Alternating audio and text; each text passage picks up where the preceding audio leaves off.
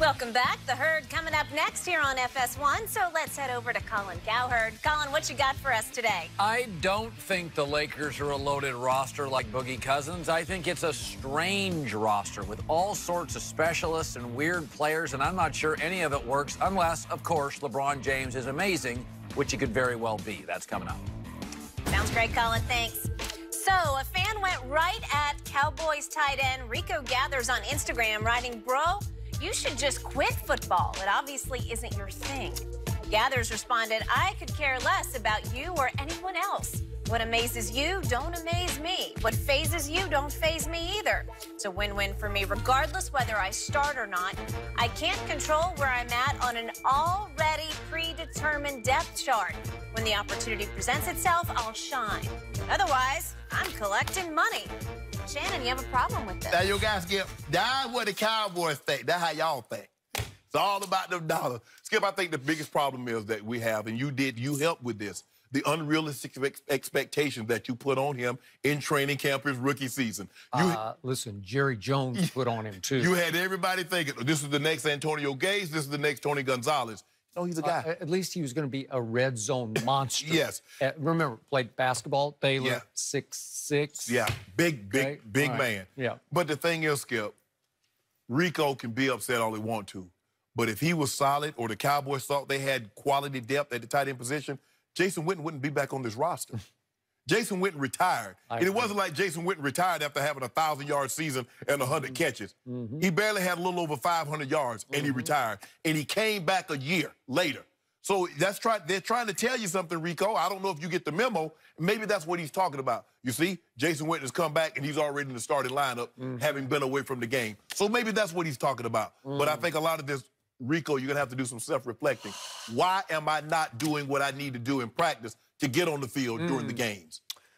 First of all, another social media victim. What is this? Responding to somebody. You know, you don't need to respond because the more you respond, the worse it's going to get. Yes.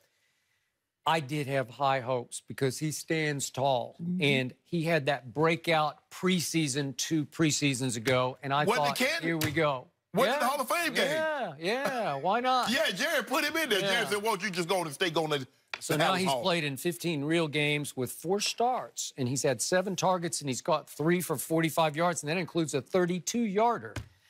That ain't going to cut it. And he's starting to resemble a basketball player who just can't play your game, right? And you've seen a bunch of those come and go, haven't you? Yes. So Jason Witten is now coming back, to your point, to join a Blake Jarwin, who looked like Shannon Jarwin in that last game against the Giants. Did. 3 touchdowns. Ooh, it was big. And Dalton Schultz out of Stanford is pretty good. So they're saying we still need him, and that means this guy, and by the way, he's going to be suspended for game 1 already for a marijuana arrest that he had. So I think he might not be long for the roster. Great stuff today, guys. That's it for us. Thanks for joining us. Steven Jackson still hanging with us this morning. Do you agree? Is the Heat the right fit for him? I do. I think it's the right fit. I'm not sure if it's going to happen. Might be the only fit. I'm hearing that they're trying to get the deal done. I know Jimmy wants him as a teammate. He does. Jimmy would love to have Russ as a teammate. Yes. Then wonder why he went there solo, and then all of a sudden he'd say, I'm open arms for Well, you got to Russ. start somewhere. Okay. You know, that's his whole thing. He got some young guys there that want to play. He loves being under Pat Riley. I think when you get a chance to play for a guy like Pat Riley under him or Greg Popovich, you relish that. But back to Russ, I think Russ would be great. Okay, but are you hearing it's shaky? Like you don't think it's going to happen? I'm not hearing if it's going to happen or not. I'm hearing that they want to get it done. They want to get it done. I'm not sure if it's going to happen or not, but I like Russ and Jimmy together. I think Russ being under Pat Riley, being held accountable by Pat and being held accountable by Jimmy. But he's never been held accountable before. Right, so this is something that he needs. Even when Boogie went to Golden State, you can't tell me you didn't see a different Boogie Cousins. Yeah. Being around players, being in a different organization where guys are used to being professional, where organizations is used to winning, it changes players. And if you... In a contract year or when you got 4 years, 170 guaranteed? It doesn't matter. When you want to win and when you respect the guys you play with, you automatically buy in. I think having Pat Riley and having Jimmy there, I think and being in a different environment, being in a different type of position where from the jump when he got to OKC, he was never held accountable.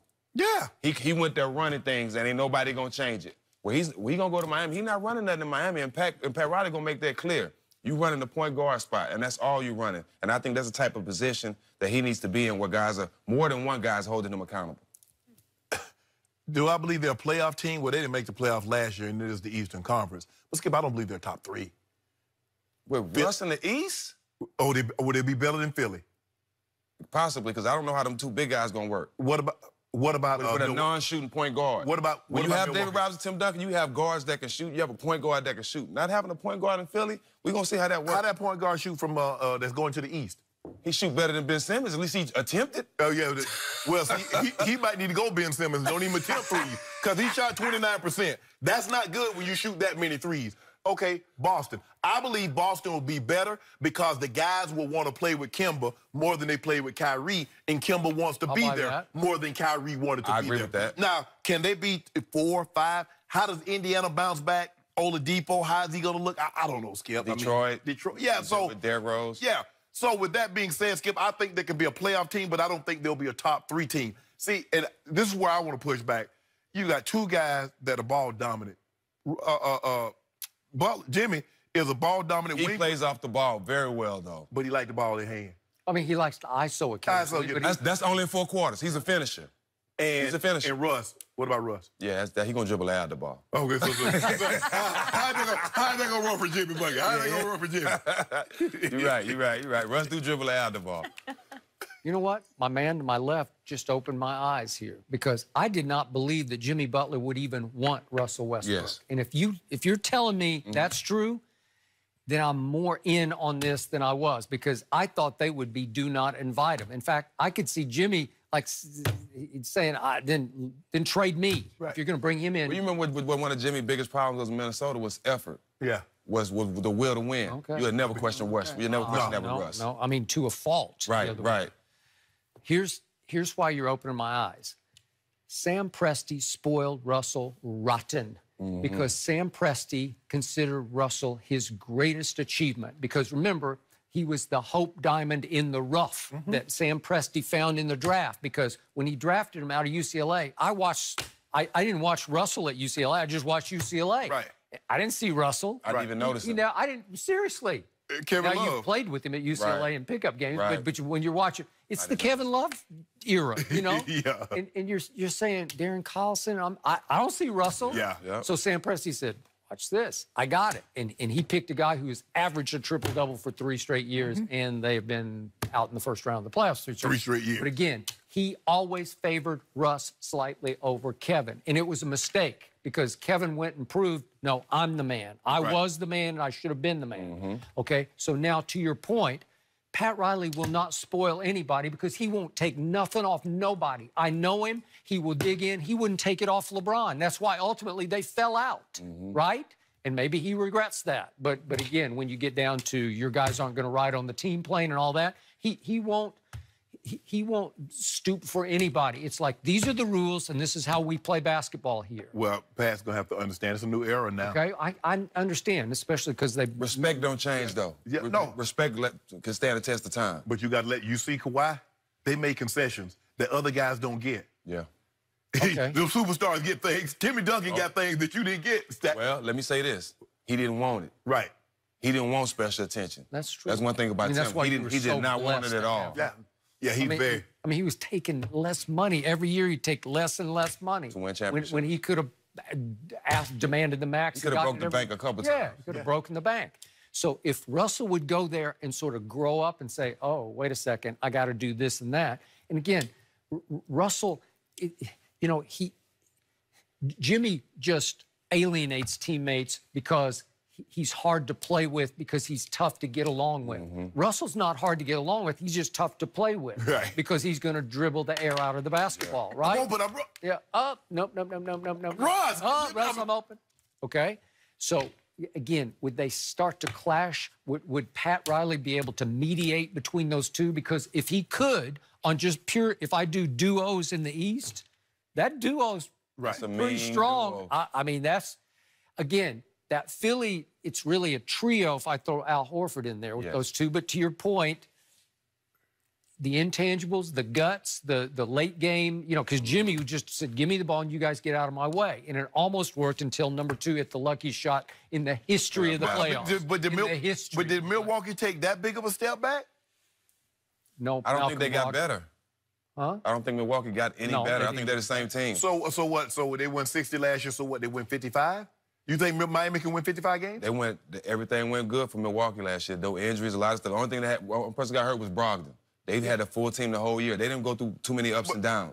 So what's that duo? Giannis and Chris Middleton, or do you throw Bledsoe in, or Yeah, they got what about Bledsoe? So you're gonna go Bledsoe and Greek over Jimmy and Russ? I got Chris Middleton and Lopez. No, we're doing duos. And they got 2 more.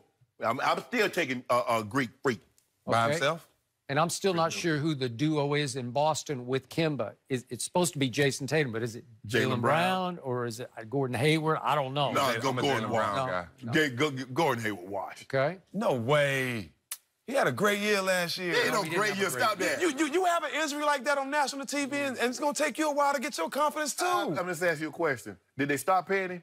Oh, no, they didn't stop Okay, so he's still making 33, right? So I need that. So my final question to this whole issue is, exactly who's going to be left on the roster if they manage to fit Russ and Jimmy under the cap? They're going to be worse than the Lakers. Well, you might be getting the call stacks. Hey. You might be calling you back. I'm Can ready. you play for minimum? I'm ready. What you mean? You got to play for minimum. I play for the minimum. You know what? With that duo, you could fit right Spot in. up. Here we go. What you mean spotted for what? You just going to be standing out there? Oh, no, hold on. Russ averaged a triple-double. Yeah. They was missing a lot of wide-open threes in OKC. I went to those games. Ooh. I wish I was out there getting those wide-open shots. You might get a call, because if they get Russ, they going to have to trade. Yeah, they ain't got no pick, Skip. They got to trade players. They got to trade Olynyk. They're going to have James Johnson. I'm keeping Bam. I like James Johnson, and I like Bam, too. Yeah, Bam ain't going. I can't let y'all get Bam. They got the young kid from Kentucky. He's pretty good. Bam. I like Keep your phone on, just in case. We appreciate you being here this morning. Thank you very much. Is Boogie Cousins putting more pressure